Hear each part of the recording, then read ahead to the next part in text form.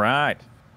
Live, on time, on point, coming to you free of charge. Welcome, ladies and gentlemen, to 218th edition. A long time coming.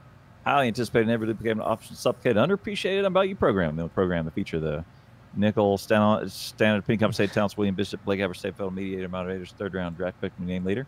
3 people, 2 gems, 1 dream, broadcasting's finest train wreck. And About You is a Corridon media presentation with YouTube, iTunes, all the other tunes. Spotify for your viewing pleasure, right to your ear holes.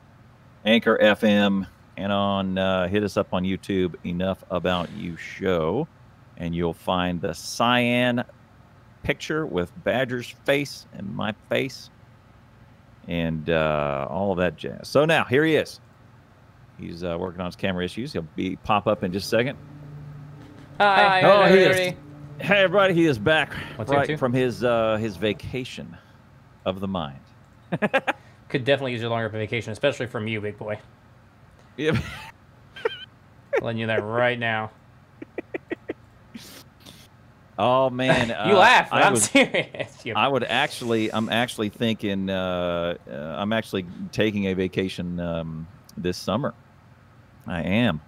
I'm going to go to Colorado, and we're going to do a driving trip. Actually, New Mexico and Colorado. We're going to do a driving trip with the family. I got a I think it's going to be a full 7-day plan, and we're going to get her done. We're going to see some places like I think there's a silver mine named Creed is on our list. Yeah, a lot of different places we want to go see. But yeah, it's going to be good. Apparently, also Colorado has some essential services that the rest of the states don't. If you know what I mean, baby. If you know what I mean. Hey. Yeah. Yeah. You know, 2 years ago, it was, there's people in jail for marijuana, and meanwhile, Colorado and all the other dispensaries, they're essential workers. They have to go. They're mandated to go to work. Elon was tweeting about this. Yeah, I saw just that recently, tweet, and it makes so much sense. It does. It's it's ridiculous, honestly. It's ridiculous. Yeah, it is a Schedule 1 on one hand from the federal government and essential services on the other one. Ridiculous. Just preposterous.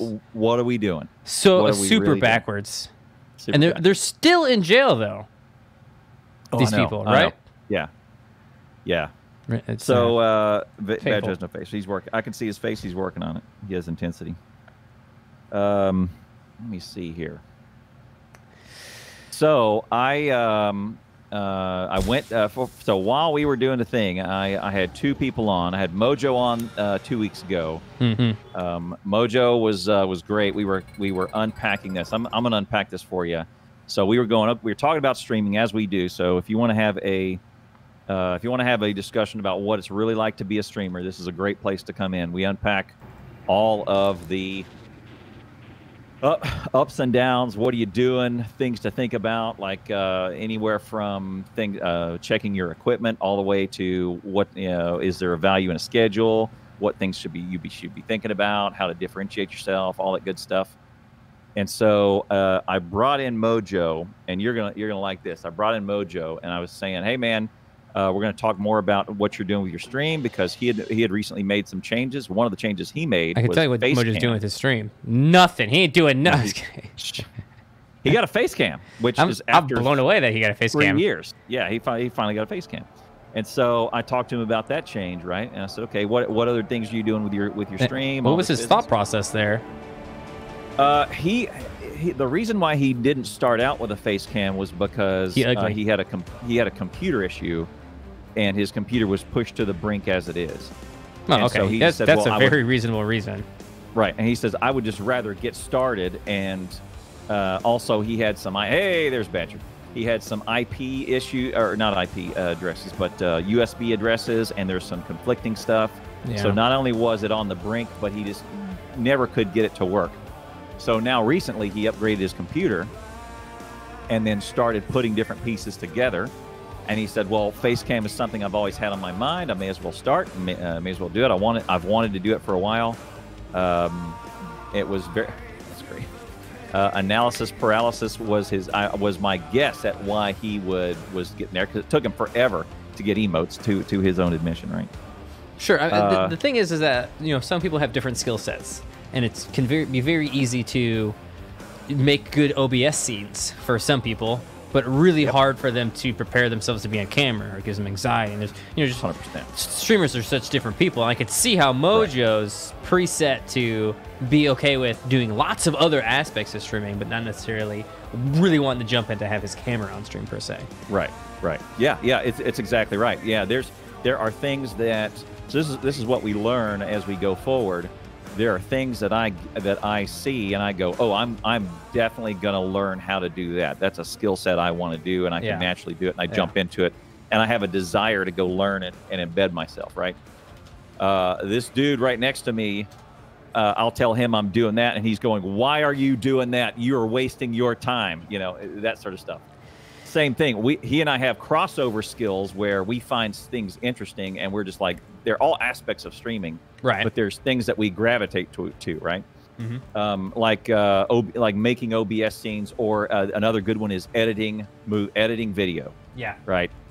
Badger has shied away from that one. I've kind of embraced it as a little bit of a role for me. I've gotten a lot faster and better as I've done it. But it is I'm probably going to take Badger's lead on this pretty soon. I may get myself an editor and start handing off one or two of these things. Like most of the video that I do, for example, is 5 minutes and hit a button and it renders. Right. It's just a chop the end, chop the beginning, and that's editing. Yeah. Right. But with the editor, really, an editor will chop segments together and put in transitions and blend a theme together and tie a video from start to finish. That's a whole skill set that's not so much. So anyway, those are very different things. You're going to find if you start streaming, you're going to have a bunch of different skill sets like that. So Mojo was taking me through his stuff that he wants to do. So anyway, we unpack a bunch of that. Some of the things he's doing. He actually he got to meet the head partner manager. Who's telling us about this? In Asia Pacific. Yeah. Oh, really? Okay. Pacific, that makes sense. That makes sense to have him in that area. Yeah. And because it's Australia, New Zealand, the English speaking, but also the non-English speaking. Really? India, Japan, all those guys. Twitch is an American company, so the partner manager is probably going to be located in Australia. But he has minions in Japan, that oversees the Japanese market and oversee the Korean market, right? And the same way we met the North American partner manager. So he has partner managers that he deploys. That was the guy with the meeting where he loves to talk about this. He was visibly disturbed in meeting Badger. And he could not have been happier to meet me and hug me. He won't forget. He won't forget either of us. He won't forget either of us. He won't forget either. This guy was visibly disturbed. What do I want to do when I meet something? What do I want to do when I have time? Make an impact. Make an impression. Be unforgettable, right? Homeboy. All right. Unforgettable, right? Okay? Undeniable. Yeah. That's where it's at. Meanwhile, I've messaged him a couple times, by the way. And just to check in, see how he's doing, whatever. If you messaged him, he may go, sorry, prank caller. Up a little bit more on your camera, up like an inch. Yeah, tiny little bit. Yeah, perfect. There you go. Nailed it. Okay, I'm gonna sit up and enunciate a little bit more. I need a stool because if I have you seen my new chair? I'm looking at your posture, and you're sitting on a stool. I'm not sitting on a stool. Very close though. It's It's got to be low back. It's something I had never seen before, actually. Pogo stick. How'd you know? How did you know? You guys tell him? It's a plunger. You're sitting a plunger? Deep inside my ear. It's in my mouth right now, is how it is. It's actually a knee chair. Oh, yeah. It's a knee chair. It's a great line. Oh, So my knees go here. And your batonkus goes kind of angled. Okay. Right. So it's like low. It has me lean back already. So it's kind of It's very different sitting in it. It's totally different. Because what I was looking for is something that would help my posture, straight up. It's just I find that I do this when I'm gaming and sitting down. As time goes on, I'm slowly leaning forward. Or lower, easy riding, right? Like way back here. Oh yeah, or where you're doing this, you're like sliding down in that mother trucker. Yeah. Like that. Actually, this is really comfortable. But what I wanted was to have the pressure of the seat right on my spine, the far back as I could get it, so it would encourage me to arch my back rather than lean forward. And this has really helped a lot. And people have been like, "Oh crap, just remind your earbuds out." And people have already said to me, "Wow, I thought you were standing." I mean, that's how good it makes my posture look. So that's really great. If the camera was zoomed in, I would not know I wouldn't have known. I would have thought you were on a stool of some sort. And the thing that my camera, their camera is zoomed. Their camera's more zoomed in. Mine is you're right. a little farther out. Yeah. So I can kind of see. You're pretty close to the ground, closer to the ground than you appear. It's interesting. It is very different sitting on this. So the reason I chose this instead of a stool, because that was the other contender, is that it lets me put pressure on my knees as well. So I get to support my upper body with knees also. So it's not all on my rear end, and I think that will lead to increased comfort. The only problem I have with it so far is actually the material of the chair, which is a very small complaint. It doesn't breathe super well. So it's a little sweaty. It's like it's like faux leather or polyester. Fox leather. Yeah.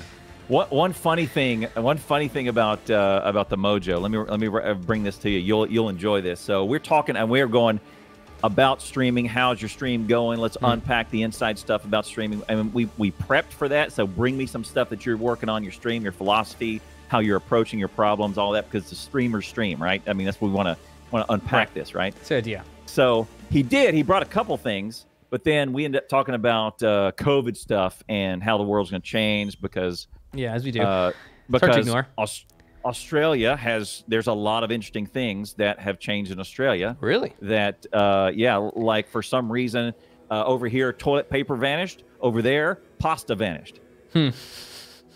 As nonsensical as ever, but as one does, and he said as an Italian Australian, it's very difficult for me suddenly. Deeply concerning. Yeah, he says that was deeply concerning for me. So he broke down, and which I would not have known had he one not told me, and two face cam, which I guess.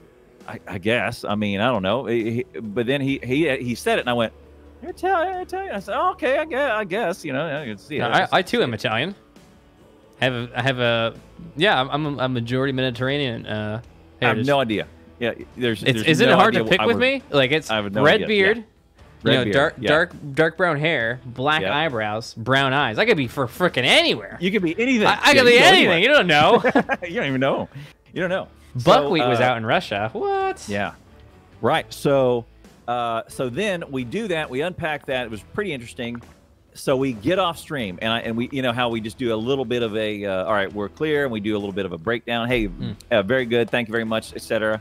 And then right then he says, "Oh, I should tell you what I'm doing with Amazon Prime Music integrated with my Twitch." What? It was as off air, and he says, "Oh yeah, and also here's what I'm doing. I've got another thing. I'm doing with my panels, and I've got some stuff coming with the partner manager." And I said, "Mojo." We were just on a goddamn stream. Stream, yeah. That does. What did you tell me same, Max. And he said, I just thought about it, and I said, well, the next time I said, what you should do is if you ever go on a streaming podcast that talks about streaming, you should tell them about that stuff. So, like this happens to us, by the way, but for us, it's like, oh, let's talk about it next time. Yeah, 90 seconds after we end, we wrap. Hey, thank you very much. It was a stretch. Wash hands. We do the salute, and then we're clear. And he goes, "Oh yeah, guess what? Guess what I'm doing?" I went, "You goober." What the? Well, we'll have Mojo on again. We have spots. We want to have more guests on EAY. We're such recluses. But there's apparently an integration now with Amazon Prime Music, and it's a plug-in. And it's extension. It's I believe interactive. Yes. Sorry, extension. Yes. Okay. It's an extension, and it's for other Prime subscribers. So if you're a viewer with Prime, and he's got this plugin started, you can be listening to the same music as he is I don't know how the copyright works. I don't know how any of that works, but it's an Amazon Prime Music plugin. I have no idea how the rest of it works. Just from your description, it sounds like that Mojo is going to want to have his own private track playing in his ears, but not coming over OBS. Right. That's what I thought. That's what I think. It's like, so that's not insane. That's totally possible. But that lets there be 2 audio tracks.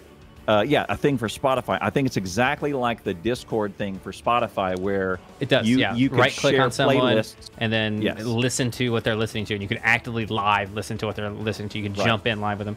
It's a very cool feature. Have your, maybe one of my favorite features of Discord. Actually, they've released. You have to have your Discord and your Spotify linked, right? And you say, okay, this is me. Here's my email address. You have to add permissions. Once you do that, then if I see Badger in my friends list listening to Spotify, I can right click and go, okay, what's he listening to? And then I'll get, gonna kill myself, gonna hate the world. Keep going. That was good. Yeah. I mean, what track is this? Do you have a Spotify account? Yeah, it's track 4. Yeah. Folders are really good, honestly. Folders, and then the Spotify thing. What are the features? Discord has been. Oh, actually, no. Discord has done a ton. Remember when Discord first came out, and we were really critical of Discord. Right. There's no. Was it not video calling? It was screen sharing was our on top of our list, and video calling was our other one, because we started this with Skype, right? We had to do Skype for all of that business. Right? Holy crap! You were right. Oh my god. Yeah. And we said if Discord had a video feature or a screen sharing feature, man, that would be so great. And because we're at one point we were using Discord for audio and Skype for video. Yes. Yeah. Because it was so much better. Because, well, here's the thing: is that there was a delay coming through of audio coming through Skype. It wasn't as good. Discord was clear and it was quick. Yeah. Which is the audio was very quick for Discord. So I totally forgot that great. Yeah. I hope I'd never have to use the virus known as Skype. Yeah. Oh god, I remember having to log in to my Hotmail account that I had connected to my Skype. So what Microsoft is doing, by the way, is they're sucking Skype back into their organization and deploying it on the back end. Okay. So, and fixing it without having users do anything with it. It's called Teams, Microsoft Teams. That's what it's using Skype technology. But they've acquired a couple of other companies that are helping them improve Skype. That's good. Long story short. There needs to be a competitor to Discord. Yeah. Yeah, there really does. There really does. Right now they have a extreme penetration into a very particular market. And I think actually, Nihilus, thank you so much for the raid. And I think the market that they're penetrating actually is the most powerful market, period. Because really the market that they're penetrating is influencers. What they're really aiming themselves toward people who influence other people, and then people who are influencing other people are getting Discord to increase their brand, and that's getting a Discord to hold on them as an early adopter thing, because it's a combo of so many different things. And I think that's really Discord's major advantage, and why it's going to be so extremely difficult to dethrone Discord right now is because it's differentiate, just it's just so prolific. Like, it's very integrated. I mean, name a thing and there's a Discord for it, you know? Like, it's insane. Like, every single content creator from YouTube to Twitch is like, join my Discord. It's really the way to interface with my community. Like, when we talk about how powerful a creator is at taking their audience from one platform to another, and that being a representation of how good they are, being able to take them to Discord might be the #1 thing. And the thing about that is that I don't think organizations are catching on to that yet. I don't think they're realizing how powerful it is to have 5,000 Discord members and what that really means. I think they will in the future. Now that the ads have probably done playing, Neelis, thank you very much for that host. Make sure everybody got that pre-roll in. Now Neelis will be on next week. Next week is tentatively booked for next week, so Neelis will come in and talk with us. We may do a little bit earlier so he can hit it up. Yep. Thank you very much, man. There's a couple members of chat who are saying that Teams is actually good. They actually like Teams. Yes. A lot better than Skype was. YZUK says. Yes. Yeah. So here's the interesting thing about Discord. So the best example is Factorio. Factorio has forums, old school. The forums, right? Remember those? I forget what they're called. Someone in the chat will tell me 1 hour earlier if that now next week. Okay, we can probably do that. No problem. Yeah, easy. We'll talk afterwards. But they're called. There's a specific. It's almost like a brand name of forums, and they started a long time. I guess 6-7 years ago, probably way before Discord. But now all the other than Woob software. All of the other video games and the video game companies, Clay, like all of those, they are all moving everything. Tiny Build, all of them are moving over to Discord. So I have a folder. Same with Relogic. Yeah. Relogic has Relogic. very, very prolific on their forums. They put a lot of effort and time and energy into their forums. And now Discord is a primary focus for them. They're not moving away. They're still using their forums. Forums is still where they announce. Forums is still, you know, they don't make an announcement on Twitter. They direct you to the forums to check out the announcement, right? And that's how dedicated they're moving to it. But then they also parrot their announcements on Discord, and that's the only other place that you're going to see those announcements at. So that shows you how serious they are about it.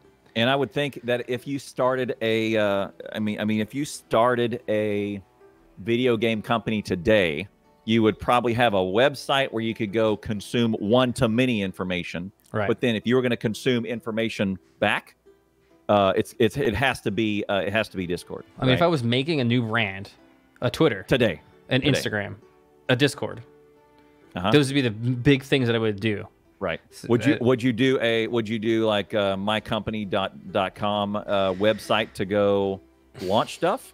Because so you want to sell stuff on your website, right? You know, a website would be way more important for selling a physical product. Yeah, I think so. Right. And actually, you know, a lot of streamers do like their website. They enjoy their website. So yeah.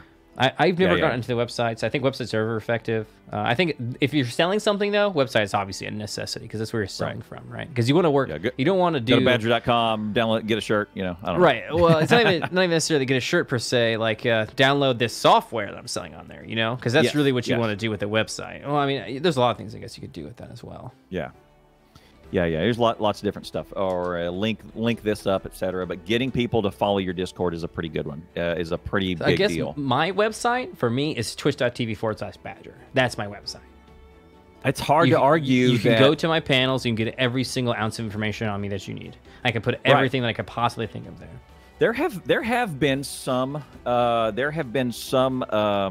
competitors like Livetree tried to do the same thing.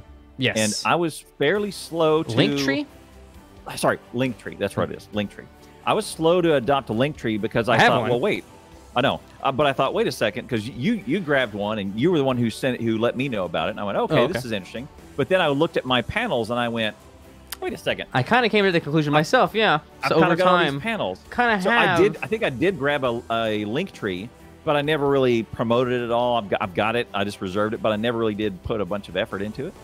So, but if you think about it, your panels are kind of your landing page, and you get to everything else with it. Yeah. But here's the thing: is now, if you like get zapped or banned for something you did 2 years ago, like as you can right now, like a DMCA, we're seeing 24-hour bans from clips that people have made, not past broadcasts, just clips that exist, and clips last forever. Infinitum.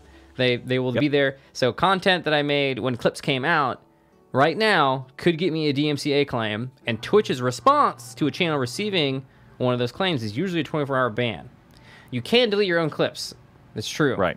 I don't know how many clips you have. Deleting my clips would be impossible. It would take so much time. Right.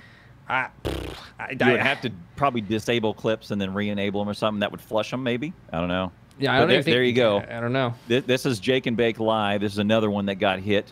There's a bunch of people his already. Was from. It says alleged content, and it shows a clip. It's Jake and Alive, whatever. This is streaming. Sunday, the 12th of November, 2017 was the alleged offense. And he's got a content DMCA content in there.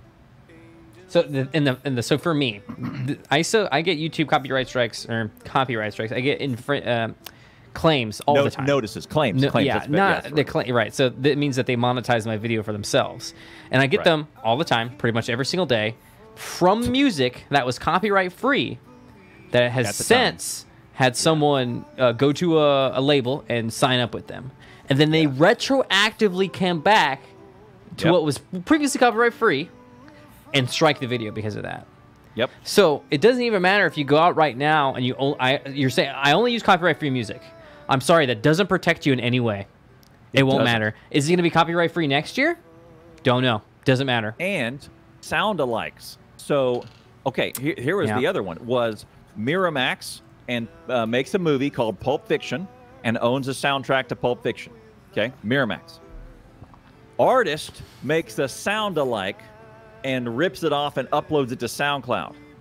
If you, on your video, play a Pulp Fiction sound drop, Miramax can't even claim it. This sound clip that's a sound alike will claim it first because they're first on the bill. And these it's almost like, it's, you know how we have patent trolls? It's almost like music trolls. They because they'll upload a sound clip of it. There was a great YouTube video that showed the awful state of YouTube music in the completely horrific state of YouTube music, and talked about a guy who had to go and pay the $50 to an artist to make some music for himself and then upload his own thing to SoundCloud so that it was registered, and then hire a company to claim all of his own videos for himself so that no one else could claim them. Madness. And the reason that's so effective and the reason it's such a good freaking idea is because when someone claims your video, they get 100%. If you automatically claim your own video and then they claim your video, you split it 50-50. Split 50. So you either get zero. What you're telling me is that I need to copyright strike my own video in order to protect myself? That's what the system is at right now. And Bodge asks, but why does way to go YouTube? This is what you've nonsense, done. right? But why does the platform not protect against this? Why can you literally get banned if you use a sound years ago and the copyright free during that time? It's very simple, Bodge. They do not care about you. They only care about themselves. Yep. What is easier for them to do? Stick up to you against some of the largest organizations in the entire world, these copyright holders, or just say, yeah, it's not our fault, whatever. Whatever. Yeah. Take it to court. Here's the guys, right? Yeah, exactly. You take it to court. You take it to court. We're not taking it to court. You take it to court. We're not taking it to court. You take it to I'm not paying for a lawyer for this. I'm not. You ain't that big a deal for me. Yep, there it is. So Logi just posted a video in chat. If you're here, yeah. It's so I actually have my opening channel, my channel opener, every time is my little song that everybody recognizes. Dun dun dun dun dun dun. You know, kind of pirate theme. I own a license for that music. I did it the right way. I paid the license fee, and I can use it as my broadcast up for my brand. Mm-hmm. I am on my YouTube videos. I have a 4-second vignette that comes up, dun, da, da, da, da, da, and that has just a snippet of that. It's just a bump bump, and it pops up the little thing, and then we go on into the video. It's 4 seconds, maybe 3.8. I am waiting for that to get claimed. I could do it. It's because the system looks for seeing things that are similar. It doesn't matter if they're the same. If there's enough percentage of the content that's close enough to the previous copyright or the copyright hold, the system will hit it automatically. And then to get past that is so many hoops to jump through that it becomes not even worth the time anymore. So it doesn't have to be the actual song. It doesn't have to be the focus of the video. Some kid could be playing you could be playing Fortnite, and some kid could open his mic and play some music in there, and you could not even notice. It could be faint even, and you could still get a strike. Right. The thing about this is that the obvious question is, how do we protect ourselves as content creators? How do we prevent this from happening to us? What do we do? No music. I don't know. I don't know. I have drum beats in the background. That's it. I have drum beats. There's no answer. Either no music or drum beats. I don't know. Drum beats have worked so far for my stuff. I usually have just something going on in the background, and there are people who watch my YouTube videos and complain. And they go, "Hey man, have you ever thought about doing music?" I went, like, yes, I've thought a lot about it. And I'll reply to them or whatever, but it's a thing. Yeah. Okay, so Max brings up a good point. He says no audio videos still get claimed. Right. So there's not only audio content, it's visual content as well. For example, Death Stranding's intro, Monster Hunter World's intro. Because they are so Simpsons. Yes, there's so many things that are Homer, video copyright as well. So it's not even just sound. Sometimes if you play the wrong thing, sometimes if the wrong visual pops up, if the algorithm's like, oh, this seems like Homer Simpson, this seems like this intro, boom, there you can no longer monetize your video. Right, because as we know, it's worse on Twitch. So at least YouTube is like, oh, we're just gonna take your money.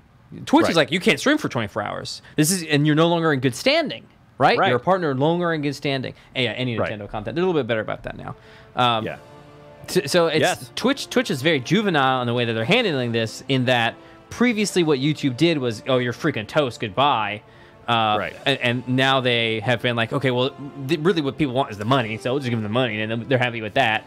But Twitch hasn't quite gotten to the point where they've, what do you do for a clip? How do you even monetize? Model. Yeah, right. So it's maybe in future we'll have that set up. Right. But the scariest thing for live streamers is it going to get to the point where I delete every clip that's ever made on my channel? Because you can't disable it as far as I know. And I delete every past broadcast? Are we going to adopt the mentality that Warwitch has where none of my live stream content is going to be VOD content, period? And I'm just going to delete everything as it goes. You can only catch my stream while live. Is that where we're going to go to? Or, I mean, what's going to, like, that's what it is right now, in fact. Because if copyright holders get more litigious, that's it. You're toast. Do you think, that's a great question. Do you think copyright lawyers are going to get more or less litigious, right? Okay, which direction are we going? And here's the thing. Twitch is trying its best to horn in on the VOD market and horn in on YouTube's business, right? Because I can upload a video to Twitch, right? I can upload a VOD. Can you still do? Yeah, I can upload a VOD and I can do a thing. And previously, the reason why clips exist is because there used to be a button, export this highlight to YouTube. There's still a button, but they are trying to get you to go to clips. Yeah. Well, and now what they're going to do is stuff like that. they're going to take their own foot and go kabang and shoot themselves and their foot, because now all these clips that YouTube and the VOD market that YouTube is, or that Amazon and Twitch are trying to get into, they're going to force everybody back over to YouTube, where it's insane, but at least it's known, right? Because you'll go to unknown and dangerous versus known and insane. Yeah, people are going to gravitate to known and insane, right? Because I can, because unknown is terrifying. It's terrifying. Over on YouTube, I can still kind of generate and keep going. Yeah. On Twitch, I may be banned. Right. Being banned, I mean, that's if your full-time job is Twitch, having to take a 24-hour break, maybe okay. Having to take a week break, a little spicy. When is that? How much escalation are we talking here? Are you just going to get a 24-hour every time you get a DMCA? What if it's on depends on the day. If I get a DMCA on Friday and I can't stream on Saturday, that's a big problem, right? Yes, right. Can you, like, it's like going to work and be like, do I work today? No, I don't. I didn't have to go back.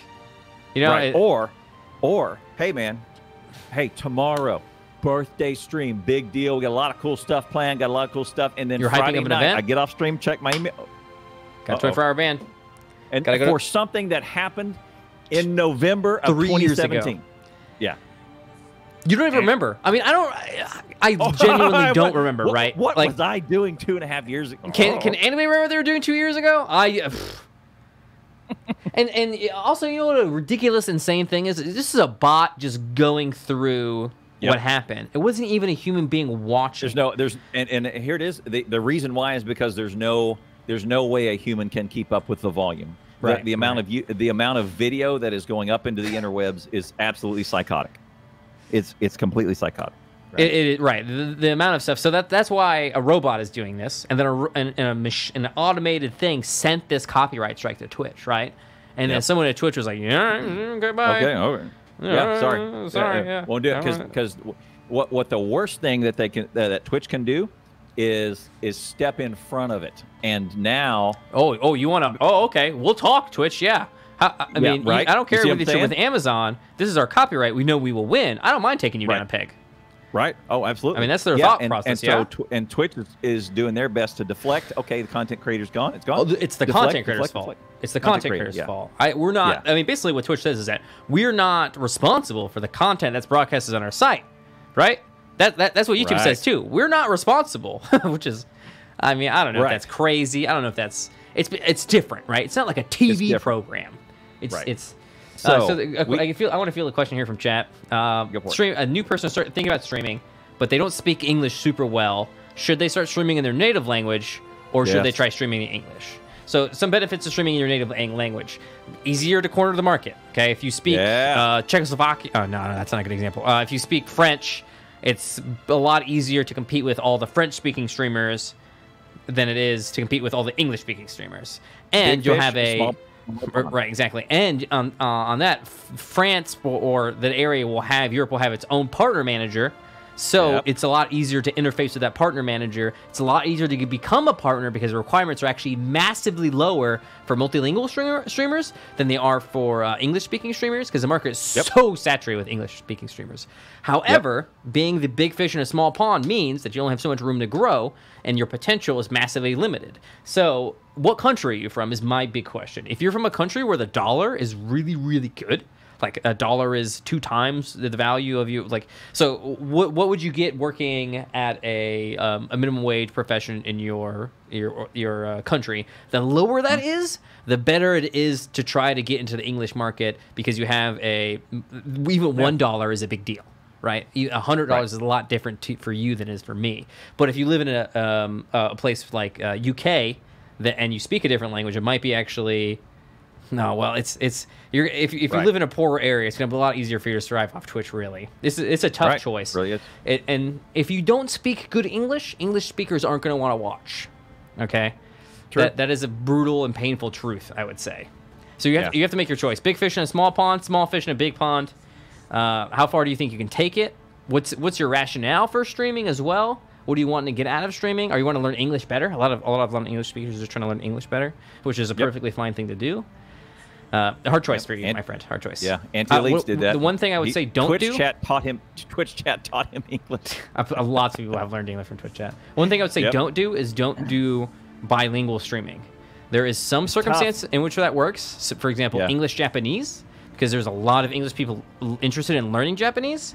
Weeb culture is a very big thing. Japanese culture is very prolific in the Western states, but not a lot of people are interested in Polish culture.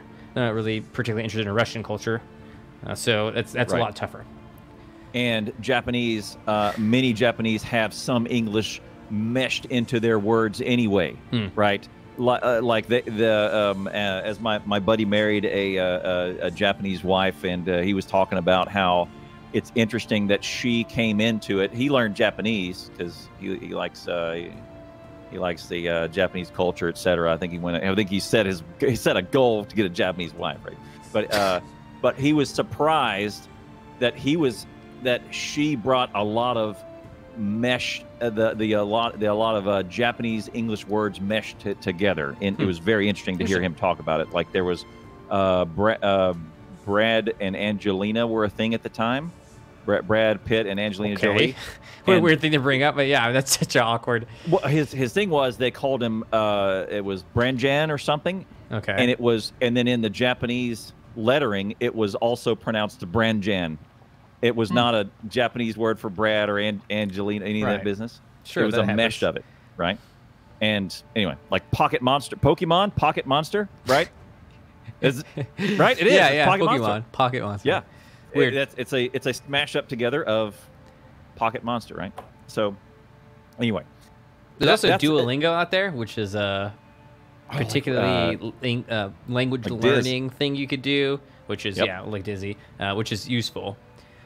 Be careful, especially as an English speaker, to getting a different type of audience, because, for example, for Dizzy, it's really hard for him to ask his viewers for money, because $5.99 USD for them is insanely expensive in rubles. Yeah, he's got a high amount of Russian people that watch him, and so it's a little tough, right?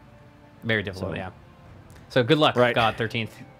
Yeah, power to you. But on the other side is one of our partnered stories that we tell about getting partnered on Twitch was the guy from Greece, and he got partnered like very soon after he started because Twitch wanted to break into the Greek market. He spoke Greek, and he was, basically day one. All right, you're in. We don't really care about your viewers. We need Greek speaking people, and let's go. So the bar may be really, depending on your language and depending on Twitch's need, they may be like ready to, they may be hurting for those types of content creators in that market. Right. And so they will pull you in. Now, the thing I'd caution you about that is just because you're a partner doesn't mean you're going to make a living. Doesn't mean you're going to make money. Just having the button now, especially, is pretty pointless. You just affiliate, you'll be fine. You have the same subscription button, tier 1, 2 tier, and 2, 3. So there's not a whole lot of monetization difference there. What you might want is, what might be beneficial for you is if you are partnered in a really small pond, you may be getting lots of front page action. Because in that pond, which would help a ton. which would help you get started, at least get started a ton, because I can imagine what if this guy was brought on, if he showed some talent, this guy from Greece, if he showed some talent, Twitch and the partner manager for Greece would have wanted to promote him, and so that way twitch.tv or twitch.tv, any access anywhere from Greece would have a very narrow band, and this person could be on there and be a regular all the time, weekly occurrence. Just depends, like on front page, because there's going to be an EU partner manager that's like Greek language. Who we got for Greek language? We need someone for front page. Just keep putting this guy on there. Yeah. Yep. He's doing his thing, right? Well, I don't know what he's playing, but never heard of this game. But let's put him up there. Something doesn't matter. We need somebody up there. We got 5 spots, and 2 of them are empty. Let's go. Right. So, yeah, there's a bit there. Yeah. Good luck on trying to make a living with different language streams. We need more streamers in different places. You know, Twitch wants to be prolific, right? So yeah, they do. I mean, and 88% of the planet Earth does not have English as its native speaking, which is a little concentrated. Tongue. Chinese, India has a lot of the population there. A little concentrated. Right. But yeah. Did you see? Amazon. So I have a topic on our list of Amazon Music, but we'll probably have Mojo on to unpack that, because he's actually done the thing, and and he'll have some time on how it's have some time under his belt. Also, I wanted to. You asked me a question a while back. Liar. You said, "Hey, who invited you to your stream team? Your new stream team?" Okay. Yeah. All right. Your weird new. I have a new stream team, and you said, "Who invited you to your stream team?" And what was my answer? I don't know. So you just got an invite randomly? You just got a spam invite? I got an invite, likely a year and a half ago, and I ignored it. I never hit it. And then the other day, I was going through analytics, as I usually do. I was going through all my stuff, and there was my old hidden level stream team, fairly inactive, fairly scattered now. I mean, even MC is not even streaming on that. He's doing his Rocket League one, and I see this one, and I went and looked at it. It was like I don't even remember, Cybercorp, something like that. And I looked at it. Good stream team, bro. It was a stream team, and there were streamers in it with higher viewer count than I did, bunch of partners, and I went, "Oh, screw it, can't hurt." So I hit the button. I think that's a fine way to treat stream teams. It can't hurt. I guess. It doesn't. I mean, it's like joining a Facebook group. Stream teams are you get out of what you put into it. In my opinion, do you have time and space and energy to put into your stream team? But we have long you debated. Don't, let me tell you that right now. No, I don't. You're exactly right. I don't. And so when I looked at this one, I went, well, shoot. There was probably 4 people with 200 or more in the stream team, 200 viewers or more in the stream team. And I went, oh, screw that. Yeah. So it's interesting to me that you use that as a basis for joining, because I would postulate that means nothing. Literally nothing. Right. Because are they even displaying the stream team? Almost definitely not. Yeah. I went to a few of them, and I looked down, and it said they were displaying the stream team. Wow. Okay. Yeah. It was on their page. Can I get a show of hands in chat? Who's clicked on a stream team? Like, you know, streaming on, bleh, and have you clicked on it? Okay, only when I'm curious, only after that you and I talk about it. Me, right. I have one. I have once. Right. Hands. Okay. DadaYadaYada has that. I have before. But it has to be in my mind of, oh, wait, we talked about it on Sunday. I want to see how this person is using that stream team. And then, inevitably, I will ask them, how are you using your stream team? What rules are they? And then they go, no, I don't know. I just clicked, I don't know what I'm going to do. Nobody knows. So, I mean, chat says that people do click on it. So, as a quick show of hands, we do have some people who have clicked on the stream team before. Who knows? I rationalize it in that I think it's better to have a link there than not there. Have a way for new people to get to my stream. That's hard to argue with. Like, right. There's could be no payout. There could be one per. You don't lose anything, right? It's either 0 or some payout, right? Because Right, because it didn't cost me anything other than one click. Right.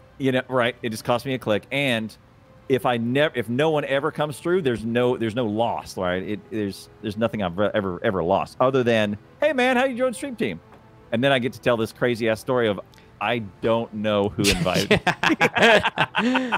I think stream teams could be seriously prolific, and I think the concept of a stream team goes way beyond a clickable button that brings you to a list of dudes. Right. I think it's like, right, who are my friends? Who do I go to talk to and things like that. So I think stream teams have a place already. It's sort of like raids, where raiding was a thing that was done before the host or raid option was a thing on Twitch, where you would get together and you'd go to another page and you would put a message in and you would support that person. Yeah. Before there were stream teams, there were a group of streamers who were on a team, and I think that assemblance of people is way more important than being on a clickable list. Yes. I definitely think that getting a team of, I mean, I guess I'm making a team of people anyway. There are definitely people who would, if they're like, hey, you're on my team, they would definitely raise their hands to that. You know, like Badger's my boy, I got his back, I'm his team. Right. And we don't have a set of rules. We don't have a clickable page. I don't know. The only good stream team that I know of is the Nook, and I'm cautiously watching them from a distance. The Nook. I don't know if you guys know. It's just the Nook. Right. What So what does the Nook do that others don't that sets them apart? Well, they have a Twitter that's pretty active. They have group members that consistently speak about the stream team. So it's part of their rapport to actually speak about the Nook and what the Nook is about and what's going on with the Nook and what they're looking for. That's good. They have Twitter, a very consistent branding. Good. I mean, just having a team member who's active in it, right? Just like actually promoting it, talking about it, trying to grow it in different ways, it being its own brand. Yeah, I know, right? It's so strange to having actually active people is something that happens. I think the Terraria speedrun stream team is pretty decent as well. If you're a Terraria speedrunner, and I think this is better because of a organization purpose rather than a.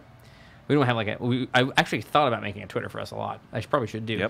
And we have back end stuff where we have community managers that work on Terraria speedruns and things like that. And it's just a group of streamers who happen to speedrun Terraria, and it's like a category that's browsable at the very least. You know, some of the music stream team would be interesting as well. You know, these guys make music. I know they're good. Let me add them to this team. The teams I don't like are like Twitch Kittens. I would say it's nonsensical. They have their own requirements for getting into it, but I think the quality is very variable. It's kind of it's hard to say if you're going to find what you're even looking for. I guess if you're just looking for female streamers, I suppose that works actually as I'm saying that. I guess. Well, okay, so what about this? So what I would think is a really good definition of a stream team is Yogscast. Well, so that's... But they probably do not have their own stream team. They do. They have the Yogscast stream team, is what it's called. The Yogscast stream team. There's a channel called Yogscast, right? Right, and then they have a stream team that's... Is it a stream? Is it an actual stream team? Yes. If you go to any of the Yogs, they will have that stream team in there. Okay, all right. Ped might not, actually, I'm thinking about it, but I think almost all Yogs I've seen... because Pedwin was my answer. I thought, I don't know if they do. I don't know if Ped has it on his. See, I never look at this. But I know that the Yogs do have their own stream team. And Yogs is a hard... example to compare to other stream teams because they were a network well before stream teams were a thing, and they have these they're way strict on their rules comparatively to other stream teams. Where have you signed a contract? Okay, you're not on the stream team, man. It's like a refreshing contract every X amount of years that they have. I'm sure that I don't know who knows what it says on it. Don't be a dick. It's probably what it says. I do not. I do not see. Hey yo. Yeah. Hey man, I do not see the stream team on Penguins. Okay, go to Yogscast on Beefs. It is not on Ped. Yeah, so I went to Boofs as second one. They do have one. Twitch TV team/Yogscast. Yeah, so they have one. Yeah, so there you go. There it is. They have one. Oh, it's just called Yogscast. Nice. But Pedguin does not have it on there. I mean, Pedguin is usually my reference of my I guess my most familiar. You actually know him, member. So yeah, that makes sense. Yeah, sure. Right. And I think the Yogscast stream team is great because it is I think how it really works for Yogs is what Yogs do is you've got Lewis, you've got Simon, you've got the big boys, right, that carry a lot of weight in Yogscast. And what Yogscast does is it takes a big boy and mixes it with a small boy, and it tries to get those two to kind of sync up. And I know I like Lewis, so I can take a little bit of Ben, and then, oh, you know what? Turns out I actually really like Ben. And then Ben leads me to Tom, and then Tom leads me. Well, actually, that's what they do is really try to mix, and that's very effective for them. The way that they do that is the collaboration and stuff like that. And I think the big reality that I've noticed is that stream teams just don't collaborate very much. What's the point of being on a team if you're not going to collab? So Jason just said in chat, it's weird that Blake and Badger aren't on a stream team together when we collaborate pretty much every week. Right? We mix our audiences constantly. Your audience is my audience. My audience is your audience. We've been doing this for flipping years now. For years, yeah. And also in that regard, I have lots of other stream buddies, but I would call them buddies that I support and that support me. You know, the Factorio group and all of that. But we're not on a stream team. And it's not necessary to be a team, right? Are you rating? Are you always rating your team, or are you rating your guy? Oh, yeah. So no. The CyberCorp guys, no. Right. See, exactly. I mean, you're not even rating your team members. Right. I mean, it's not a requirement. I think collab. I have no idea who they are. I don't know who they are. Collaboration is so much bigger than just a raid too. Yeah, it means actively it means way more. being on camera, on voice with the person that you're introducing people to is way better. I think. Right. Like, so if you the most effective raid you could possibly do, 2 hours on your stream, raid into another channel, and then be on that stream that you rated for 2 hours. That's my conceptual idea of how to most maximally effectively... Sorry, I screwed that up. The maximum effectiveness you could get out of a raid. I think that's where it's at. Are you doing that? Yeah, he's a team member. We're talking about the display on the channel there, Demented. Right, yeah. Pedguin is a Yogscast team member, but he is not... he's offline right now. But I'm looking at... when I go to Beef's channel, I see at the bottom, it says she was streaming just chatting, and it says stream team : the Yogscast stream team. On Pedguin, it said streaming Minecraft, and then it doesn't say anything right there. So, So here's the trap is that if you have a stream team and your requirements are only to raid and host each other, then you may not be growing, right? You may not be growing in the way or networking out in the way that you need to. So I thought through, I did that thought exercise early on, and I said, well, look, I'm always gonna host Badger because it's an easy thing to do. But then I'm like, well, all of Badger's folks know me. I don't want him. I want him to grow. I want me to grow. Let's do that every once in a while. But everybody already knows each other. Let's go conquer new lands, right? So this is a really tough thing. This is extraordinarily difficult. At what point do I not raid my homie because it's redundant? When did it stop being effective? When are you going to rate that? When is it not help him and not help me anymore? So let's say Blake is on for 12 hours and he raids into me. I'm on for 12 hours. He gets back on. I raid into him. Would that be effective? I think absolutely that would be effective. That would increase numbers. It would be great for both streams. Maybe would it be Would it maximize effectiveness? Right. Would it be effective forever? Would it be the same effectiveness? There's so much to that. If you had answers to those questions and you knew them, you'd be really, really prolific on Twitch already. You could pretty easily organize in a way that, I'm maximizing my effectiveness of raiding and doing that and networking. Like, so here's another thing to that is, do I rate someone larger than me or do I rate someone smaller than me? Great question. It's for me is my raid big enough to cause a reaction in the big stream? Am I going to have a good impact on my friend who I want to support or not? So I'm playing Terraria. Terraria's my main game. I want to raid my friend Twiggy who's playing RimWorld. Does it make sense to go to Twiggy because I'm playing Terraria? Or should I raid Baru with 13,000 with my 600 and he's playing Terraria? Right. Is there effectiveness in there? Tough. Great question. Like and then what is the measure? How do when I do it, what is my measure of effectiveness? Yes, great question. And that's, you want to look in your statistics for that. What does that look like? And there's some things for that in Twitch. Common viewership is interesting to look at. There's, where do my views come from, which is interesting to look at. There's lots of things you could do. Could you really come to an absolute conclusion on the effectiveness of a raid? It's tough. It's going to be really hard. Right. The tips that I would give for this, though, is don't work with someone who doesn't want to work with you. Work with people who are your size, in general. Super. That's one of my tips for streaming is don't work. I know that you really love this person. I really love his Yogscast. I ingest Yogscast content all the time. I didn't really worry about networking with them previously because they were just out of my league. You know, I'm averaging 20 viewers. It's kind of pointless for me to try to raid the Yogscast main channel with 1.4 thousand. Can confirm. As William drifts off to sleep and during our trips conventions, together? yeah, he's in that on. other bed. I'm in the bed. He's got Yogscast in his ear as he's drifting. He's watching Yogscast as he's drifting off to sleep. It's just my thing. I don't know. I can't confirm. That was years ago. That was years ago, man. That was years ago. Still doing it. Yeah, can't confirm. It's just my so it's what he likes to do. That's what he likes to do. Very tough choices you're gonna have to make. Yeah. And it's really weird. And here's the thing, I will just tell you, the world of streaming is so bizarre and so weird. It is exciting and humbling and crushing all at the same time. Yeah, and for sure. There's always bigger dogs out there. Eh? There's always bigger dogs. So you're probably looking out there going, man, there's this other streamer up there. I wish I could be as big as him, man. One day I can be as big as him. Every day, and every day, and every day, right? There's man, that'd be so awesome. We could do a lot more stuff. You're looking up like this. You're looking straight up, yeah? Like, oh, man, I wish I could be like that guy. But if you were to look down for a second, 18 dudes are looking up at you like, man, Badger, really wish I was like you. And I'm like, what are you, stupid? Yeah. Like, look, you think I'm good. Look at this guy. Look at this guy. Huh? And you don't even see that guy. You're not worried about that guy. You're just worried about me. You're worried about the dude in front of you, right? It's like being on a run, okay? You're in a race, okay? Are you thinking about the guy in first place, or are you thinking about the dude right in front of you? So often you're thinking about that dude in front of you, past that guy, and then you just pick a new dude, right? There's a new guy in front of you, and you're just constantly doing that.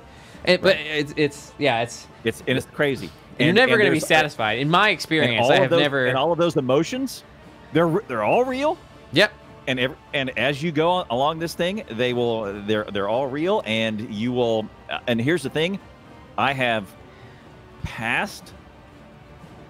I'm gonna use that quote. Lots of quotes, air quotes in here. I've passed people that I were in front of me. Yep. That were in front of me. That I was going, man, any day. Did it. It's gonna be great. Did it right? Did it. And I went, and then I turn around. And I go, wait a second, that wasn't supposed to happen. Oh no, what am I doing? Am I doing? Where am I going now? This is what happens when people. Now? This is what happens when people kill partner. When they get their first they get partnership, like did it, got partner. Oh shit! Now what? What am I doing? What's my new goal? What was I doing in the first place? I think a lot of people have an epiphany at that moment where they hit partner, where they're like, I was, I had a goal. Goal's done. What do I do now? New goal is get 100 average viewers. Right. I guess something. Is this a goal? I don't know. Number one on Twitch. Yeah. That's my goal, Exelia, all right? And then, okay, I said that, and I don't even mean it. What I mean is number one in the world. All right, I said that, I don't even mean it. What I mean is number one in the universe. The universe. I said that, I don't even mean it. Okay? And it goes ad infinitum with this, where it doesn't matter. I could be number one in the universe, still wouldn't be happy with it. Should have done better. Should have done that better. Going to sleep tonight, I'll be like, that one time when I was 13, you really should have kissed that stupid girl. Yeah. Yes. Welcome to human nature. What you said, Blake, about the emotions being real? If you're a streamer and you don't cry just about it every once in a while, what are you doing, huh? You really streaming or not?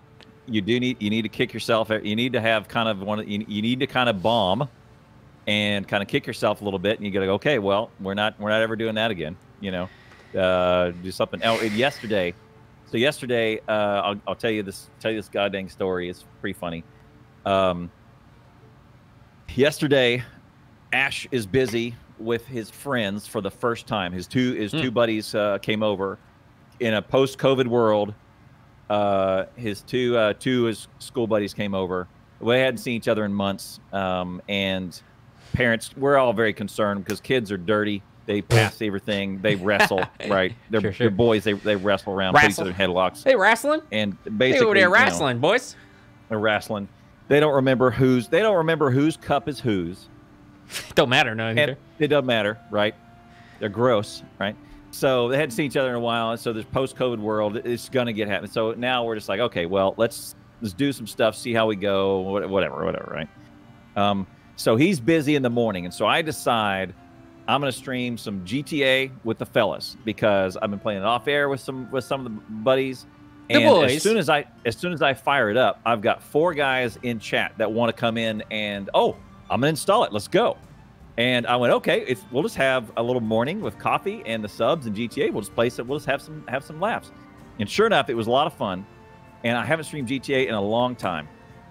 And sure enough, as Ash is wrapping up in the other room, we can do a couple hours. I get a note, a text goes off, which I rarely look at this, but a text goes off, and I just happened to glance down, and it says your credit card has a suspicious charge. Do you need to? Is this something you recognize? Okay. And I went, oh shit! Like, God dang it! I gotta pause this. And I pause it. I mute everything, and I'm like, oh. So I mute everything. And I push it back in so they can see. They can see me, and I'm going. Like, so they can see me. I'm still there. Giving a smile, putting your finger up, telling them to wait. Okay. I'm like, hey, man. So I'm still there. And then as soon as I do that, and I'm already sweating. I'm sweating. Yeah, sure.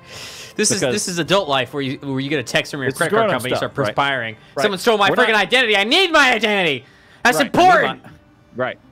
On occasion, when I was kind of a piece of crap in my early days, I'm sure they wanted to give my identity back and say, no, bro, we can't. Sure. We can't even do this anymore. Right. So I'm already break out into a sweat, like I'm body sweating at this time, pits and body sweating because I'm like free credit card, right? And so I do the deal and I put in the deal, and as I'm there, I'm on a GTA screen. Somebody spoofs my user ID in game, and that means they can start typing messages as if it was from me in game. Okay. And the most filthy bullshit comes up, and it's posing as me. Right. And shit I would never say ever, even in thing. God, what the heck, dude? Holy crap. And I'm already sweating, and I see this shit pop up on the GTA session. He's like, this guy's got my credit card. He's got everything. He knows. Right. And I'm going, and so I hit the button and I go to the splash screen, right? You have a Badger splash screen. I'm just pouring sweat. And so then then finally, as I hang up from that, I get on and I go, guys, that was a spoof thing. And then I said, guys, I reminded myself why I have not streamed GTA in 9 months is because that shit happens, right? Is because Rockstar's security is full of Swiss cheese. It's Swiss cheese. And so they can't protect anybody. Same as Red Dead. You go into Red Dead and there's basically stage coaches doing donuts in the parking lot and defying the laws of physics and people bombing everybody. That sounds fun. And, there's basically flying brooms around. And in the 1 hour that I was able to actually get Red Dead at work, I also ran into aimbotting, immortal, all that other shit. Flying cowboys. So then I just landed a splash screen and I was just sitting there going, oh, God damn. And I've got the 1,000-yard stare, like not only my credit card's over, my ID's over, my stream's over because all this filthy shit went out of the screen. I deleted all the VODs, like it's all gone, whatever it is. Fuck it, it's all gone. And so then Ash comes in, he's like, "Hi, Dad, can we stream?" And I'm going, okay, fine. So I basically let Ash talk for 2 hours, and I sat there and just played. And I had the 30-yard stare, like my whole life, my whole career is over. I don't know. I gotta get off. I gotta get off there. I gotta get off there. And then I went and laid down, and I went and kind of laid down. I was looking up at the ceiling, going, "Oh my God, it's all over. God damn, my identity, all my money, that's all my deal. I'm gonna get a credit anymore. My house is gonna go away. My partnership's gonna go away. I'm gonna go to Twitch. I'm gonna get a ban. My YouTube, they're gonna find out about me. And then all the crap's going on in the world. Then not only are the some existential crisis over here. Existential crisis. This is like me when I try to log into my Twitch account and I get the password wrong, and I'm like, I'm gonna get COVID. You already got COVID, bro. You don't even know yet. I don't even know. You're asymptomatic. Yeah, I'm asymptomatic, right? Yeah, so you got to have some of those moments, and I'm like, well, there you go. We're not ever doing GTA again. This is what Blake means when he says dedicate your entire life to it. If it's not that important to you, you ain't doing it right. You ain't doing it right. Yeah. I remember the first time I got banned from Twitch. That was a moment. I was like, well, a moment. Rip, it's over. Right. We're done. We're done. The first time, yes, exactly. The first time I got banned from Twitch. Let's not talk about the second and the third time I got banned from Twitch. Right. So you want to reenact that phone call from everybody? You called me and I was like, what? Yeah. That's me. That's the start. Like, what? I'm your dog. I'm your dog. No, I treat my dogs better than I treat you. Oh, you lost. We lost you there. Hold on. To fire it up on Twitter. Okay, you're back now. Sorry, you were starting to fire it up on Twitter. What did I say on Twitter? Exactly. The tea kettle was boiling on Twitter, and I'm going. I'm reading this. I'm reading your Twitter, and I'm going. Oh man, he's gonna. I gotta stop this. I gotta stop. And what? I've got your back. Like nobody's got your back. Like we're in it. Like we're going. We're going all the way. So I called you on Discord. Was it like 2016, 2017? Yep. And I said, hey, man. I said, hey, man. Huh? And you said, and what do you want, Blake? Yeah, what do you want? I said, hey, think about what you're about to do. Don't burn any bridges. Mm-hmm. Yeah, correct. I can't believe you remember the exact words you used. Yeah. Bro, it was traumatic because everybody around you, me, Shady, all the people that have been there forever, we were all wanting to see you succeed, and we didn't want you to piss it away with a couple Twitter messages and and smash yourself into a wall, right? Because at some point, Twitch can smash you in a wall, and then at some point, you're going to take over and smash your own self into the same wall, right? So it can happen. It can happen. It can happen. So, and then your Discord was lighting up, going, "Oh my God, Badger, we're here to support you." Discord wasn't a thing at the time. It was because I called you on I called you on Discord. Did you? It was Discord. It was Discord. Okay, maybe you're right. Maybe it was on Discord. Yeah. Yeah. It was Discord. We talked over Discord. It was early. It was early in the Discord way. But yeah, it was. And I said if he's banned on Twitch, he's got to be like livid because I think you still had your job at the time. Yeah, You're the job. I did. And that's how big of a deal it was because this is what you're doing with your life.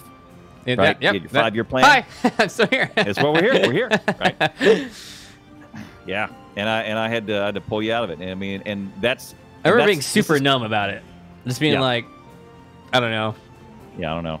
Right. No emotion about it. I think I was more angry after, like a week after. I was still pretty upset, still angry, and I was very disenfranchised with Twitch. Tell me why I got banned. What did I do? What can I physically fix to let Twitch know that I'm not here to. It was a ban in the middle of a broadcast. Yes, it was in the middle of you playing Rust. Rust, yeah, and we were like, "Is because of Rust? Was something that happened in Rust? Was something that was said during Rust? Did I play something during Rust?" Yep, mysterious ban that triggered multi-stream. That's right. Oh, that's right. It is. That's about when we started the multi-stream. You're right, because I was. Oh, remember, I was like, "I'm going to stream on YouTube tomorrow, if I'm not unbanned." Right. Yeah, you said, I'm ready to go on YouTube, and then 24 hours, exactly 24 hours later, it was lifted. Which was very, I mean, 24 hours is not too bad.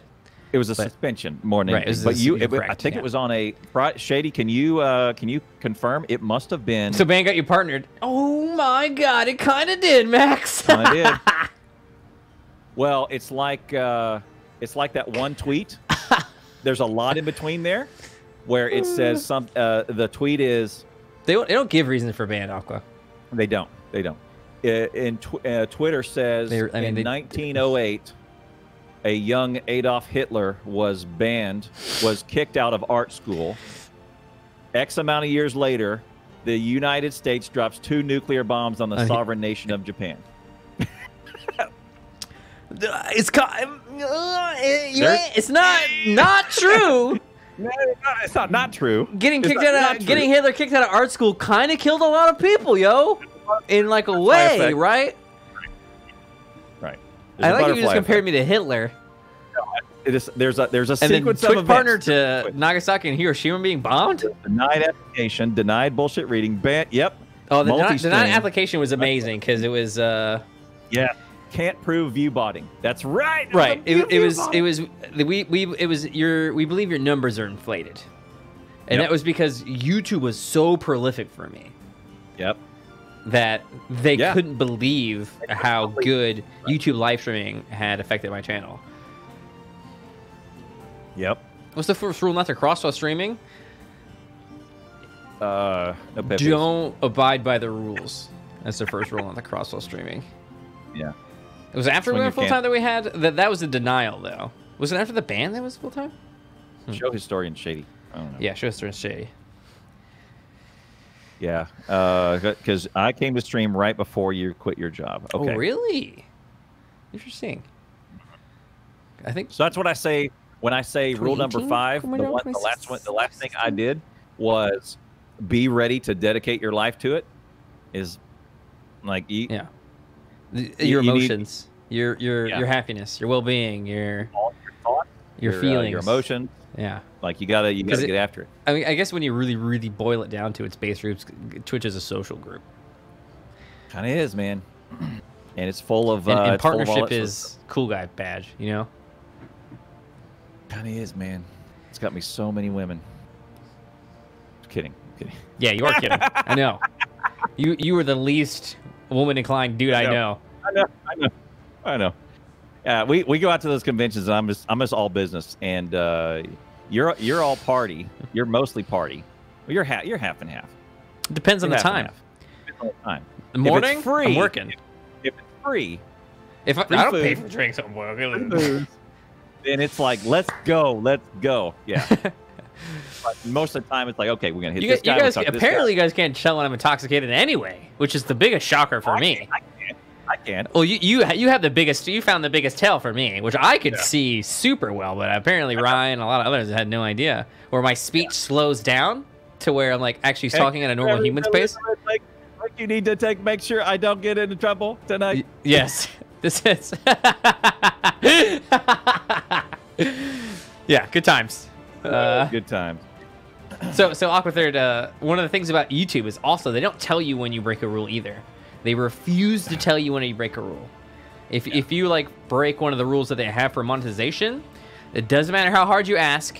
It doesn't say, but I want to improve. I want to try to make content that doesn't go against the guidelines. If we tell you exactly what you did wrong, you will give that information to others, and then they will circumvent the system by not quite doing that, right? So I know it's insane. It's like getting pulled over by a police officer. He gives you a ticket, and you're like, and it doesn't say why, and he's like, sorry, I can't tell you. Because the reality is that YouTube isn't as concerned about you improving as a content creator as they are about protecting themselves. Again, we come back to they don't care about you. Even though you're the most important thing in the whole world, right? The most important thing to YouTube is the content creators on YouTube. But since it's such a large audience, they don't care about the individual. They only care. Right. They only care if we're outraged, basically. Kind of like government. They care about the collective, right? They care about the collective, right? So here's the other thing is that they care about their outrage. So they will give plenty of lip service to say 2019, 2020, here's what we're doing this year to support the content creator. And they'll go. And they kind of are, right? As a group, they're supporting us. They're like making videos to help us get better. They're increasing the analytics on their website, and that's to help everybody. But when it comes down to the one dude versus them, you're out of here. Yeah, sorry, man. I want to show you. Whitlow says the most important thing in the universe for YouTube is not the content creator, it's the advertisers. That we could definitely talk about that. I think there's a lot to be conversed with. It's sort of like the chicken or the egg, right? Because what was YouTube like at the very start? At the very, very start, they didn't really have advertisers. Right. They had a really hard time convincing people to start advertising on the site because it was YouTube poop. It was stuff that you like. It didn't have a appeal to any audience really. It was really small when it started, and then the content creator came out. PewDiePie, lots of other people as well, started actually making content there, and then it caught on in a gaming way, and then it's kind of become a music and Saturday Night Live and sketches and small time like filmographers or producers that make their own videos and things like that, like Corridor Digital and things like that. So it's sort of like it's kind of at both at the same time where we have to please our advertisers and we have to please our content creators because good content means good advertising and then right. So That's a great thing they bring up about them really focusing on the advertisers. Same with Twitch as well. They really care about the advertisers. It's interesting that Twitch previously has been very gaming oriented. Like Justin TV is very particularly gaming oriented. We're selling space for gaming focused products as the gaming industry grows. And then now it's got a lot of other things on it, like political platforms, Bitcoin, monetary things, like business advice. There's a market for how to stream, right? Like this show is, and then there's the gaming side, and there's just the talking side and the personality side, and there's just body painting, there's art, there's all kinds of different things there. Programming is pretty prolific now. Well, it's getting there. It's what's more important. So I'm looking at the top 30 most viewed streams right now videos on YouTube. Oh, interesting. Is the something of dance? The is it not there anymore? It's just all music. It's gonna be. It is there. There is one thing that looks like it might not be music. What's the name of it? It is called Learning Colors, Colorful Eggs on a Farm by Miroshka TV, and it's number 8. You know, I always forget. Everything else, all the way from 1 to 30, is music. Yeah, music is very big. It's weird that YouTube is the big competitor to Spotify. Yeah, it's very strange. Yeah. There you go. If you want to, that's now our outlet for music. They have all those. Let's see. So at one point it was like the age of dance or the transition of dance or something like that. Yes, that's right. Chocolate Rain was there for a while. It was sort of viral videos. That's how YouTube got its start, was viral videos. Yep, these videos that transitioned to Facebook or MySpace. And were kind of spread around the internet via the platform. And that's what you would do. You would go to YouTube to watch that video, and then you would leave YouTube. You wouldn't really browse YouTube, right? You would wait until another video was discovered, and then you would go back there. And then the evolution of dance thinking, that's what it was. And then what happened was that content creators started doing things like long series. And then what that turned into was a really high, people wouldn't leave. It was really high, retention rate, thank you. A really high retention rate where people were watching these videos. You know, episode 112 had the same retention as episode 1, and then that was going on the front page, and then people started using YouTube as Netflix almost at the time, right? Where it was like, I'm watching YouTube for 6 hours a day. I'm watching YouTube, you know, every single day at noon. Yogscast released a video. I'm going to be there and I'll watch that video. And that's kind of how it came about. And now it's kind of transitioned back almost to where, you know, you watch it off video. Sort of like a mix. Show you something interesting. I don't know how you want it, how this is useful, but I've been trying to use it to see if it is.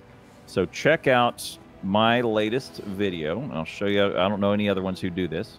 You don't necessarily have to, but look at what I've got going on. This is my weekly question thread where I answer questions. And the latest thing that YouTube put in, I think it was a couple months ago, is called chapters. Have you seen this? It chops. Now hover your mouse over the slider bar in the video. Did you do this yourself? And yes, so all you have to do is put in a the way to trigger chapters is you put in a. That's not that one. You put in a 00 video. You put in a 00. Hello.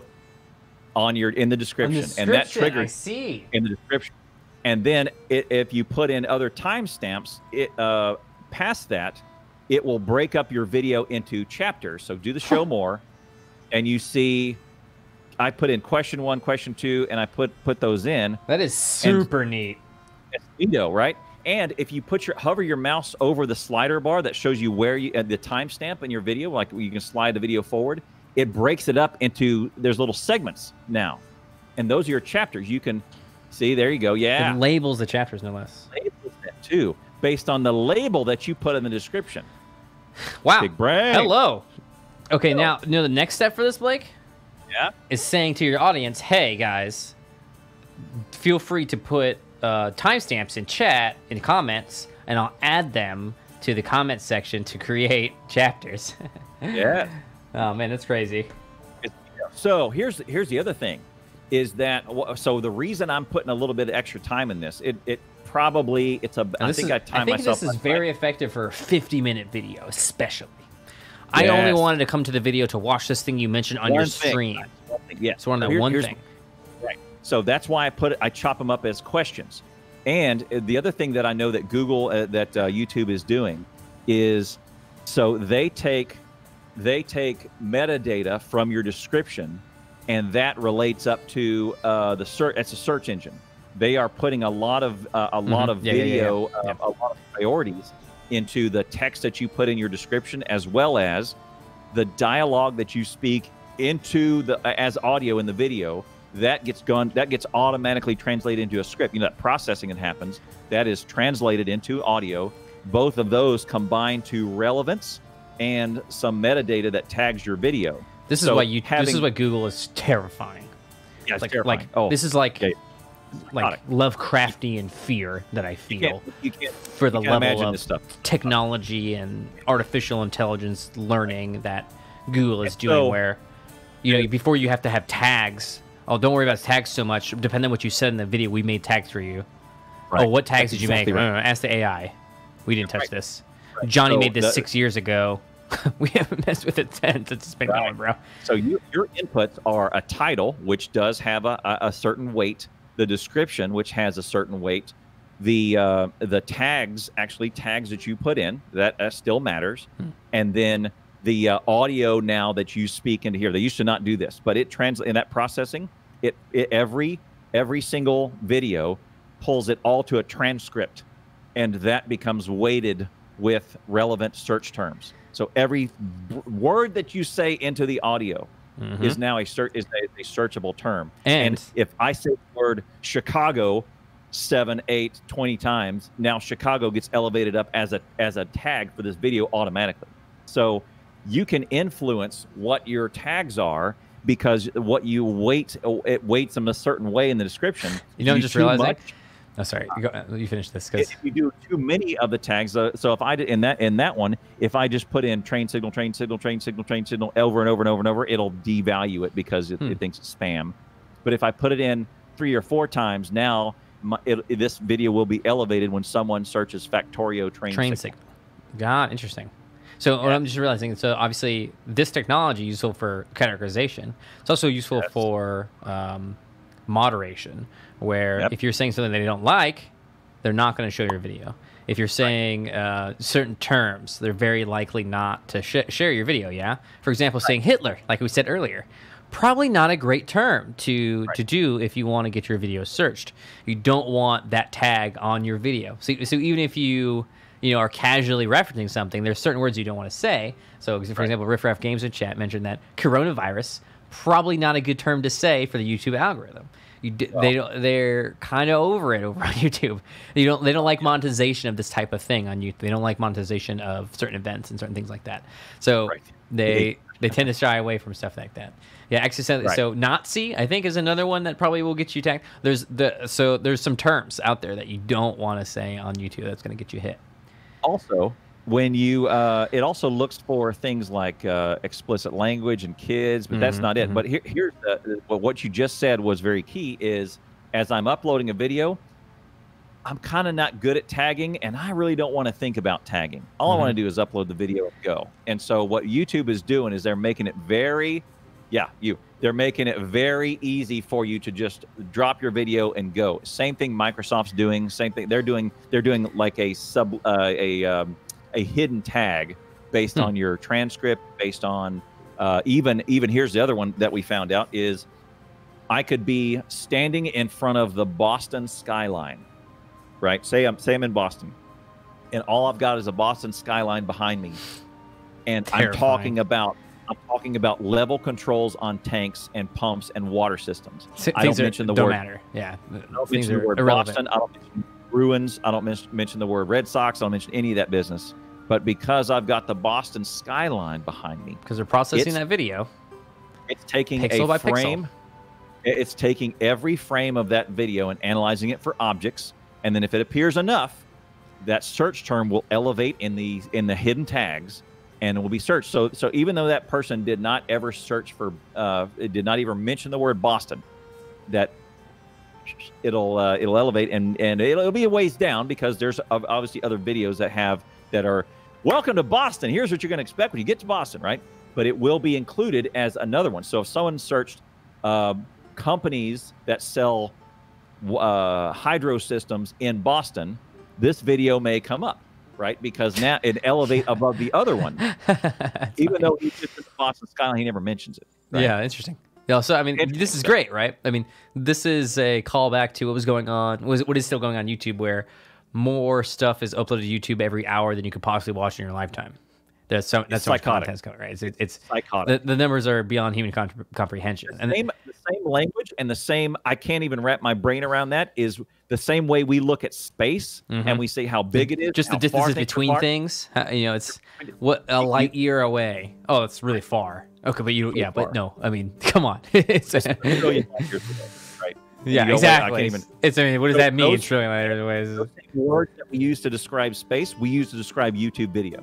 Yeah, you think about it, and that's crazy because I mean, the computer technology is only getting better, yeah, and we're at this stage in 2020. Imagine what's gonna be in year 3000, where I got to let me plug the computer in, hon, and just plug it into my dang brain here. The cool part about these videos, the other thing that I'm doing is I put so I'm reading a question off of Reddit in the weekly question thread of Factorio, and I answer them, and then I unpack it. Sometimes I'll go into Factorio and I'll display it or whatever. I put in these little answers. Doesn't take us. It's fun. It's a good interactive chat. It's my Friday nights, right? But then I also put in their name on Reddit into the video, and then I reply to the thread.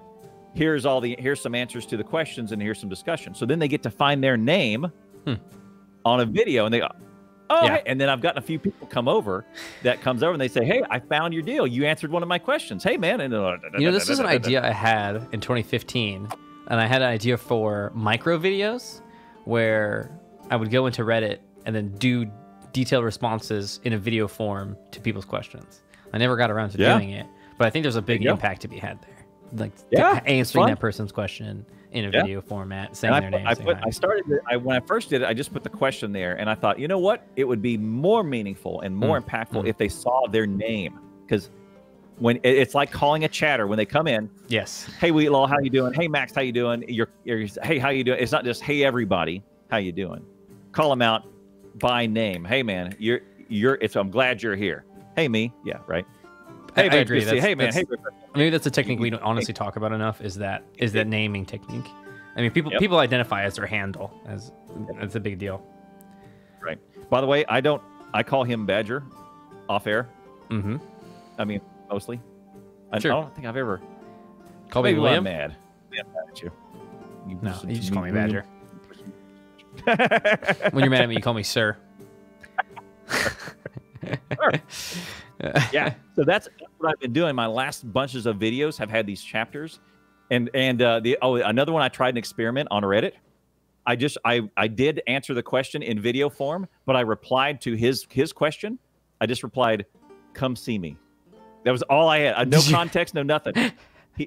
Dude showed up 30 minutes. He's like, showed up 30 minutes later. 30 minutes later. My chat.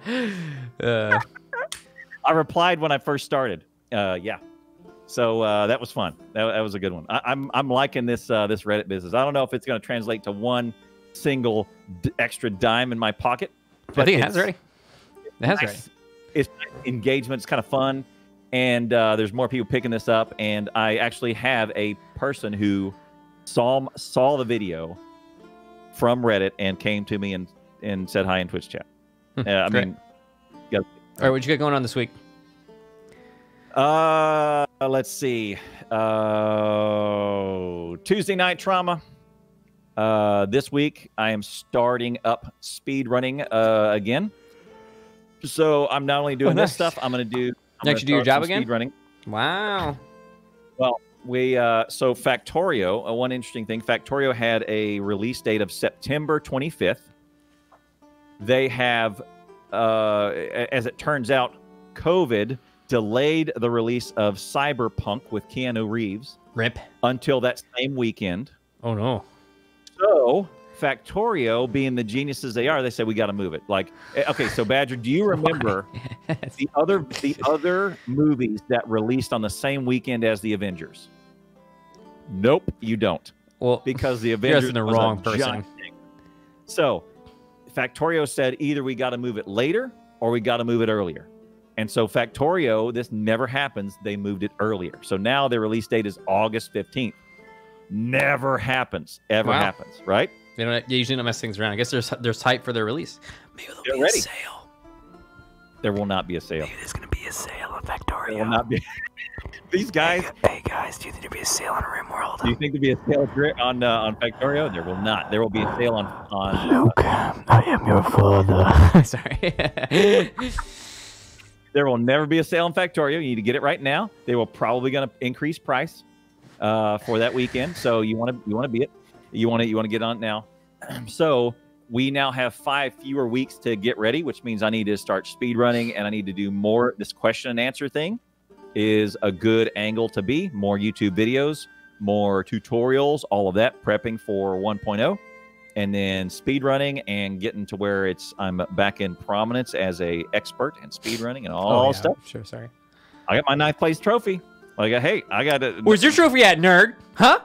Everyone who's doubting Blake right now, where's your submission at, huh? You want to come over here and want to hold Blake's mouse for him? I doubt it, sucker. It's dirty. It's got COVID on it. Okay, cool. So you're gonna be doing your speed run practice on what days? What times? So Monday, Thursday. And then Monday, Tuesday, Thursday on.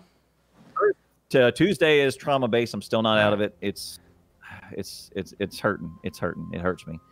You're asking for the pain. I mean, well, you're not asking for the pain. It's like you put a stick out and you were like, hey, if you can hit me with the stick, I guess. Again. And then they just lined up, bro, and you were like, oh shit. I didn't realize it'd be this purple. I mean, crap. Yeah. Hey, everybody, did you see the stick? Look here. You just hit me with a stick. Right. You can just hit me with a stick if you want. Yep. Turns out people really like hitting other people with sticks. I wouldn't have guessed it, honestly. It's okay, cool. So there's that. So Tuesdays are going to stay that until I can get out of it. And I think every stream, I'm getting farther and farther in the hole of rockets I need to launch before I get out, because every time they hit me with a stick, the count of rockets that I need to launch goes up. I see. I think I'm losing about 200 rockets per stream. But you're going to build up eventually when you're going to start catching up. Yeah. So it's rough. But anyway, but I'm gonna start a speed run plan, and we're gonna get going. So speed runs Monday, Tuesday, Monday, Thursday. Tuesday is trauma base until I get out of it, and then I'm probably gonna take it all the way. That my weekends are still gonna be Terraria, because everybody's digging Ash being back, and he's turned into a good streamer. So can't deny. Cool. I got Thursday, Friday, Saturday, Sunday, noon CDT for me. 6 p.m. UK time, 7 p.m. Central Eastern Standard Time. A new PC? I do have a new PC, and it hasn't broken yet. I will be trying to overclock it. All the things work somehow. All the motherboard functions. Why? It hasn't crashed. Why overclock? Do not overclock. My temps are fine. Buy a better clock. Buy a bigger clock. Oh, you know what? I didn't think about buying a better clock. Thanks for watching, everybody. I appreciate it a ton. I can't wait to get away from this bastard. So yeah, I'll be on Thursday, Friday, Saturday, Sunday, very likely with Terraria for the worthy master mode, hardcore. That's what I got planned for sure. Awesome. We might play some Hearts of Iron in a group. Yeah, that's good. Sub things are really fun. Yeah, you do have to stop every once in a while and say, all right, subs, we're just gonna play some video games together. That's what we're gonna do. And let's play some video games. It's really good. Cool. All right, we're going to go ahead and say hi to Twiggy. Twiggy is amazing. Thank you so much for being here. You guys are incredible. Stay motivated. That's the most important thing. Remember, if you can do anything, stay awesome, because you know awesome. We'll see you next time. And remember, wash your hands. Wash those hands. We really care about you guys. Thanks. This is our favorite time to stream. This is our favorite place to stream. We love doing it. So thank you guys for being here, being active. I know we're just chatting BS, but we love you. We really do genuinely care about you. If you need anything from Blake, feel free to send me a message. Send him. I had you there, man. All right, I'll see you. You're the best. Bye.